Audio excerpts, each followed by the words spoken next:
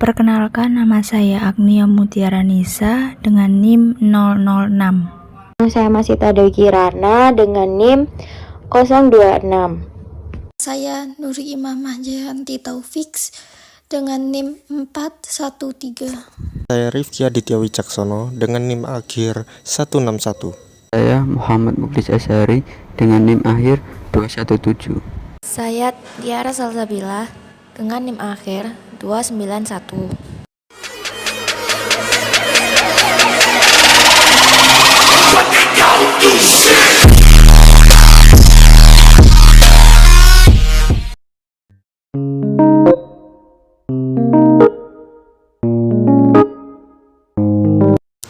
Halo semua, kami dari kelompok 2 ingin menjelaskan tentang perekonomian dua sektor.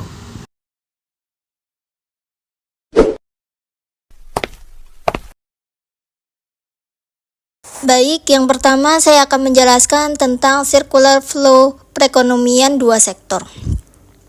Perekonomian dua sektor ini melibatkan dua pelaku ekonomi. Yang pertama adalah rumah tangga konsumsi dan yang kedua adalah rumah tangga produksi atau perusahaan.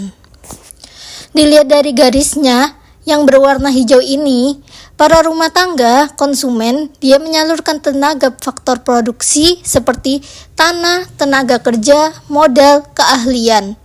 Selanjutnya, ia akan mendapatkan pendapatan berupa sewa, gaji, bunga, dan keuntungan. Dari pendapatan tersebut, pada garis oranye ini akan melakukan pengeluaran konsumsi. Selanjutnya, ia akan mendapatkan barang maupun jasa. Pendapatan setelah dikurangi konsumsi ini akan muncul yang namanya saving atau tabungan. Uang sisanya ini dimasukkan di bank. Kan di bank tidak mungkin hanya diendapkan. Pasti dia akan dikeluarkan, disalurkan, ataupun dikreditkan kepada perusahaan untuk melakukan kegiatan produksi yang bisa disebut dengan investasi. Fungsi konsumsi dan fungsi tabungan. Dimulai dari fungsi konsumsi, suatu kurva yang menggambarkan sifat hubungan antara tingkat konsumsi dengan pendapatan nasional, dan ada juga konsumsi agregat, yaitu pengeluaran konsumsi dari semua rumah tangga perekonomian. Konsumsi MPC atau marginal property to consume, yaitu 0,7 dengan rumus atau formula fungsi konsumsi yaitu C sama dengan A ditambah B sama Y. Lanjut, ini fungsi tabungan. Fungsi tabungan suatu kurva yang menggambarkan sifat hubungan antara tingkat tabungan dengan pendapatan nasional, dan ada juga tabungan agregat, tabungan semua rumah tangga dalam perekonomian. Tabungan MPS atau marginal property to save, yakni dengan 0,25 dengan rumus fungsi konsumsi S dikurangi A ditambah 1 kurangi B Y. Ini kita akan menjelaskan soal dan jawab dua sektor. Berikut keseimbangan perekonomian dua sektor, misal konsumsi saat pendapatan 0, A sama dengan 80, B sama dengan 0,70, I sama dengan 100. Tentukan yang pertama fungsi konsumsi C, 2 fungsi tabungan atau saving S, 3 keseimbangan perekonomian secara agregat, secara suntikan sama dengan bocoran, 4 gambarkan kurva keseimbangan perekonomian dua sektor, 5 jika investasi berubah menjadi 120, tentukan keseimbangan perekonomian dua sektor yang terbaru. Selanjutnya saya akan menjawab pertanyaan nomor 1, yakni fungsi konsumsi. Misal konsumsi saat pendapatan 0 dilambangkan dengan A sama dengan 80, B sama dengan 0,70, I sama dengan 100. Nah, fungsi konsumsi ini dilambangkan dengan C. Di dalam keseimbangan perekonomian dua sektor itu sama dengan YD. Jadi kita masukkan rumusnya yaitu C sama dengan A ditambah B YD. Jadi hasilnya 80 ditambah 0,70 YD. Atau kita bisa menggunakan rumus lain, yakni C sama dengan A ditambah BY sama dengan 80 ditambah 0,7 Y hasilnya. Selanjutnya saya akan menjawab pertanyaan nomor 2, yakni fungsi tabungan. Misal konsumsi saat pendapatan 0, A sama dengan 80, B sama dengan 0,70, I sama dengan 100. Jadi fungsi tabungan atau fungsi saving dilambangkan dengan S. Kita masukkan rumusnya. Yang pertama, S sama dengan min A ditambah dalam kurung 1 kurangi B tutup kurung YD. Jadi kita masukkan rumusnya. Min 80 ditambah dalam kurung 1 kurangi 0,70 tutup kurung YD. Jadi hasilnya itu min 80 ditambah 0,30 YD. Atau kita bisa menggunakan rumus lain seperti S kurangi min A ditambah dalam kurung 1 kurangi B tutup kurung Y. Jadi kita masukkan rumusnya min 80 ditambah dalam kurung 1 dikurangi 0,70 tutup kurung Y. Jadi hasilnya itu min 80 ditambah 0,30 Y. Untuk soal yang C, yaitu menentukan keseimbangan perekonomian dua sektor. Ada secara agregat dan secara suntikan sama dengan bocoran. Saya menjelaskan secara agregat terlebih dahulu, khususnya yaitu Y sama dengan C ditambah I, di mana C sudah dijelaskan di slide sebelumnya, yaitu 80 ditambah 0,70 YD ditambah investasinya 100. Kemudian disederhanakan menjadi 180 ditambah 0,70 YD. Nah, ini ingin mencari Y, maka 0,70 YD dipindah ruas di sebelah kiri menjadi Y dikurangi 0,70 YD sama dengan 180, sehingga hasil akhir dari Y adalah 600. Kemudian secara suntikan sama dengan bocoran, di mana rumusnya itu I sama dengan S, I-nya 100 dan S-nya sudah dijelaskan juga di slide sebelumnya, yaitu min 80 ditambah 0,30 YD. Kemudian disamakan penyebutnya menjadi negatif 0,30 YD sama dengan negatif 80 dikurangi 100, sehingga hasil akhir YD adalah 600. Sehingga keseimbangan perekonomian dua sektor itu harus mencapai 600. Oke, untuk soal yang selanjutnya yaitu membuat kurva keseimbangan dua sektor. Nah, pertama, membuat kurva keseimbangan secara agregat dulu. Langkah pertamanya yaitu mencari kemiringan garis konsumsinya. Y sama dengan C. Y-nya itu kan tadi sudah dijelaskan kan. Hasilnya kan 80 ditambah 0,70 Y. Karena ini ingin mencari Y, maka Y-nya itu dipindah ruas ke sebelah kiri menjadi negatif 0,70 Y. Sehingga Y-nya itu hasilnya 266,7. Jadi kemiringan garis konsumsinya itu 266,7. Nah, setelah itu digambar garis vertikal dan garis horizontal seperti yang ada di gambar itu.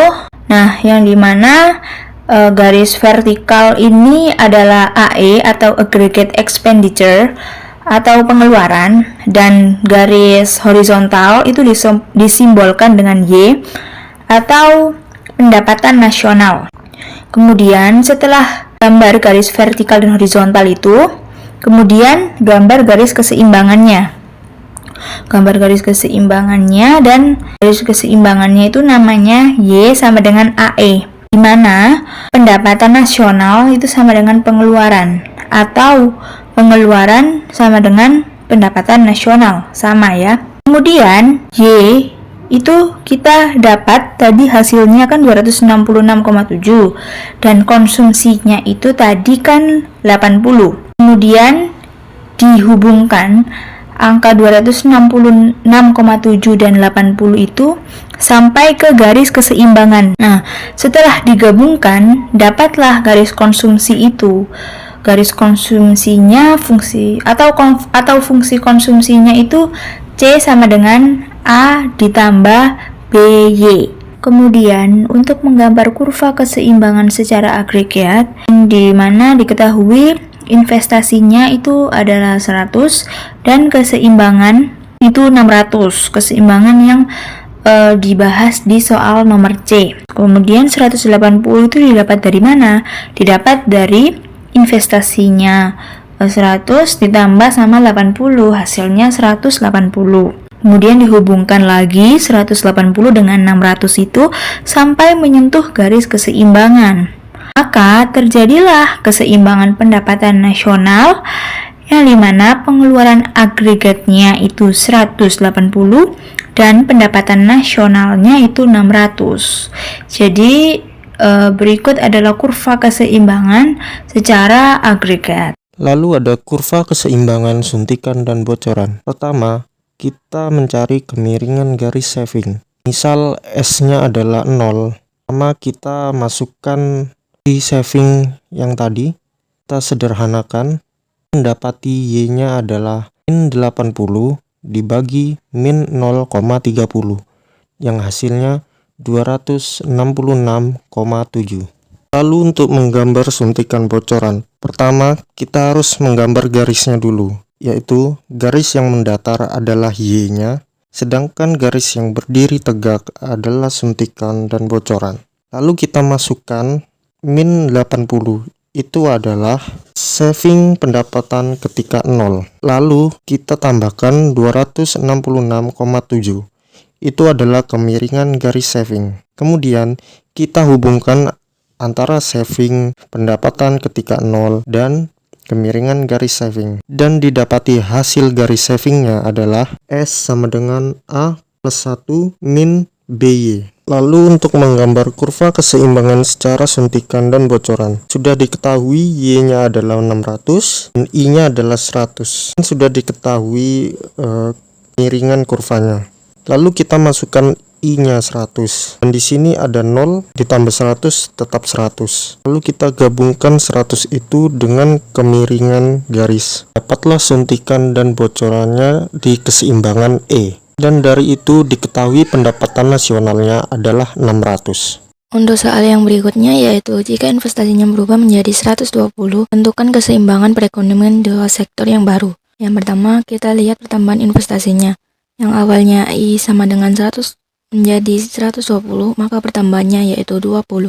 Selanjutnya kita menggunakan rumus multiplier yang konsumsi, yaitu delta Y sama dengan 1 dibagi 1 min MPC kali delta I. Karena sudah diketahui semua, lalu kita masukkan ke dalam rumus. Delta Y 1 sama dengan 1 dikurangi 0,70 kali 20. Disederhanakan, maka delta Y yang didapatkan adalah 66,67. Jadi pendapatan nasional yang baru adalah Y sebagai permisalan sama dengan Y awal ditambah delta Y. Selanjutnya kita akan memasukkan Y1 sama dengan 600 ditambah 66,67. Hasilnya yaitu Y1 sama dengan 666,67.